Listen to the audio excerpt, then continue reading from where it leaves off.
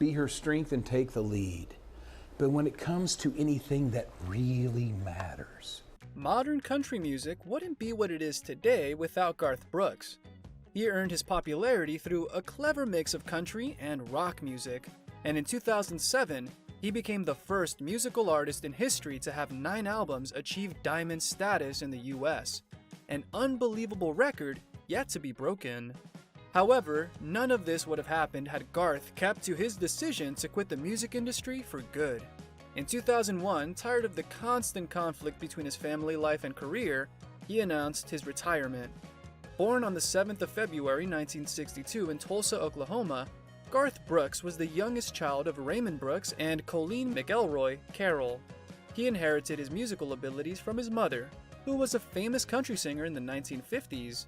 Growing up, Garth had lots of chances to perform, as his family would host weekly talent nights, and to prepare for these mini competitions with his siblings, he learned how to sing and play the banjo. Despite his obvious musical talent, young Garth was mainly focused on sports. During his high school years, he played baseball, football, and ran track. His success as a high school athlete landed him a scholarship at Oklahoma State University. While at college, Garth started working as a bar bouncer, which led him to form his own band. Brooks' professional music career began in 1985, playing music in bars and clubs in Oklahoma, notably Wild Willie's Saloon in Stillwater. Around that time, he was noticed by the entertainment attorney Rod Phelps, who offered to produce his first demo and gave him a list of music industry contacts. Garth released his debut self-titled album in 1989, which immediately became a huge success, reaching the number 2 spot on Billboard's country album chart. The release of Brooks' second album, No Fences, in the following year marked the beginning of his mainstream fame, as the album spent 23 weeks at the top of the Billboard country music chart and sold 17 million copies in the US alone. Although his music is decisively within the boundaries of country, Garth was also heavily influenced by rock and pop musicians and bands. Some of his biggest inspirations including Billy Joel, Freddie Mercury, and Bruce Springsteen. Garth Brooks has married twice. His first marriage was to his college sweetheart, Cindy Mall. The two married in 1986 and had 3 daughters together, Taylor, August, and Allie. After more than 13 years of married life, Cindy and Garth separated in 1999. The exact reason for their divorce remains unknown, but it's speculated that the high-profile nature of Garth's career played a role in their breakup.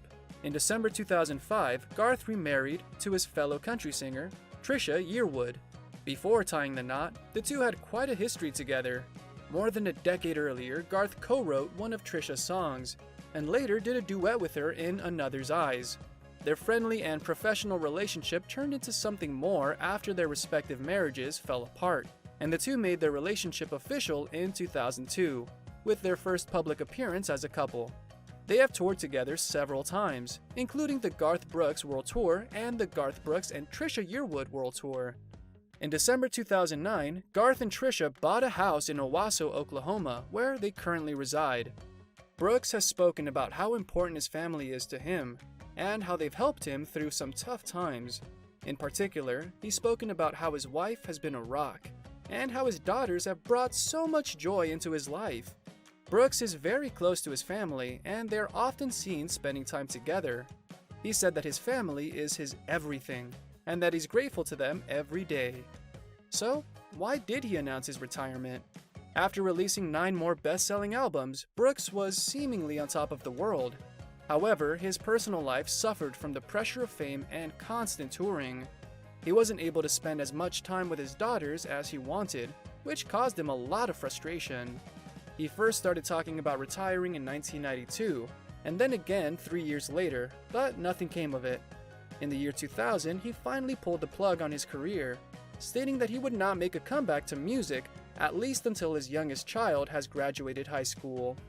This announcement came on the same day that his record label threw him a huge party in celebration of 100 million albums sold in the US. It's not a coincidence that he retired from music less than a year after his divorce from his first wife, Sandy. In a recent interview, he confessed that he felt estranged from his daughters, whom he was responsible for raising. "I was living with 3 strange women that I did not know. They were 8, 6, and 4, Garth said. This feeling was likely one of the main factors which caused him to slow down with his career and focus more of his energy on his family. In the following years, Garth mostly stayed true to his word and kept a low profile. He had occasional gigs and even did a Las Vegas residency from 2009 through 2012, but didn't do any major releases or tours. He spent most of his time with his wife and daughters on the Oklahoma ranch, where he took on all the duties of a regular dad. Looking back all the time he spent away from the music industry, the country legend has no regrets, saying that those were some of the best years of his life. I've got to tell you, that first soccer game that you go to as a dad is the greatest moment of my life. And to think of a chance of missing that would just break my heart, he said in his comeback interview for The Boot magazine. After contemplating his return for 2 years, Brooks finally announced his comeback in February 2014. To the surprise of many of his fans, he also announced that he would be embarking on a world tour, starting with 2 concerts at Croke Park in Dublin, Ireland. Unfortunately, the tour didn't start on the right footing. Due to a licensing conflict with the local authorities, Garth was forced to cancel his planned concerts in Dublin. Nonetheless, the world tour was a huge success and cemented Brooks' place as one of the most popular country artists in the world. In late 2017, Garth had found himself the subject of controversy regarding his performance at the Country Music Association Awards. Only 3 years into his comeback, the country legend was accused of lip-syncing instead of doing a live performance.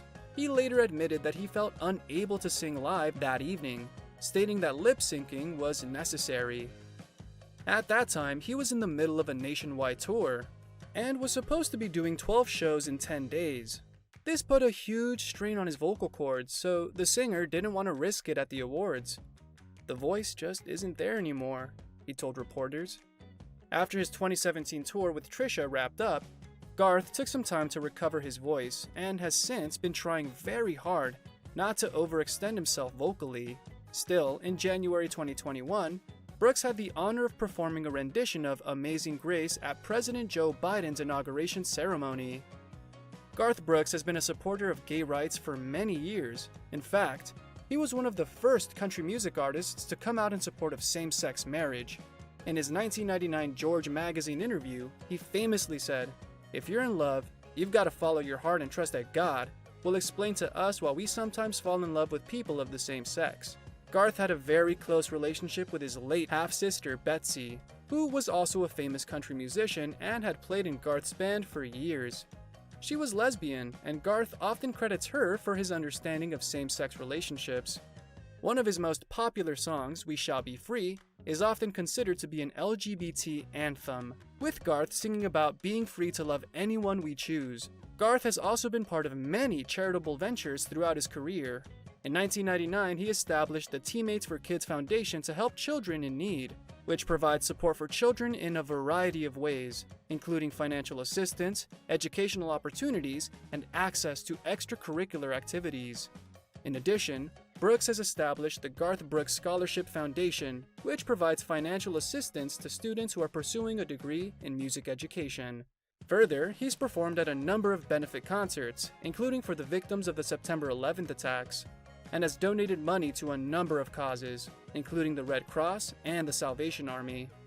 Garth Brooks is one of the most decorated artists in the history of country music. His first award came in 1989, when he earned the title of Top New Male Vocalist from the Academy of Country Music. Garth has now received 49 Academy of Country Music Award nominations, 23 of which he's won, including title of Entertainer of the Year 9 years in a row from 1990 to 1998, and then again in 2001 and 2016.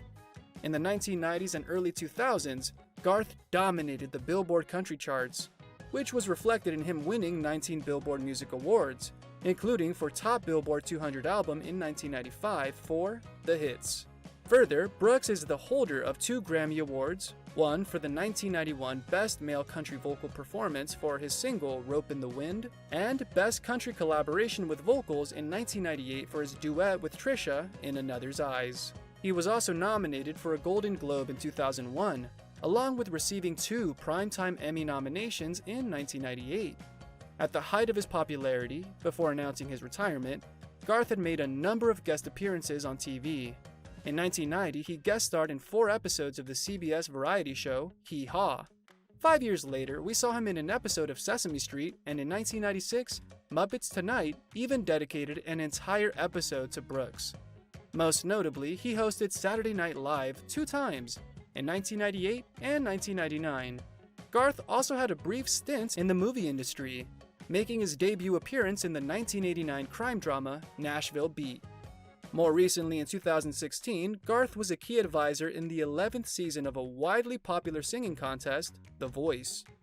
In 2002, he became the narrator for the new National Geographic documentary series, America's National Parks. What you're going to learn is the national parks were kind of preserved at a time when they were really good moneymakers for some industries, Garth said. So the courage that this country showed to actually preserve them as parks, and the vision this country showed for the future, is pretty cool. So it's a huge learning experience for me, but at the same time, so entertaining. In 2021, Garth returned to Dublin to make up to his fans who didn't have a chance to see him in concert during his comeback tour. He performed 5 nights in Croke Park, which increased his already astounding net worth. According to online sources, the country musician is worth more than $400 million, with his last stadium tour reportedly earning him over $90 million. He's the owner of luxury properties in Tulsa, Oklahoma, Malibu, California, and Nashville, Tennessee. In 2019, he and his wife Trisha reportedly purchased a hotel on Anna Maria Island, Florida for close to $9 million. Thank you for spending some time with us. Make sure to like and subscribe so you never miss another video. We also handpicked these videos which we recommend you watch next. You can talk to us on all social medias or ask a question in the comments below. Thank you for being with us, and we'll see you back tomorrow.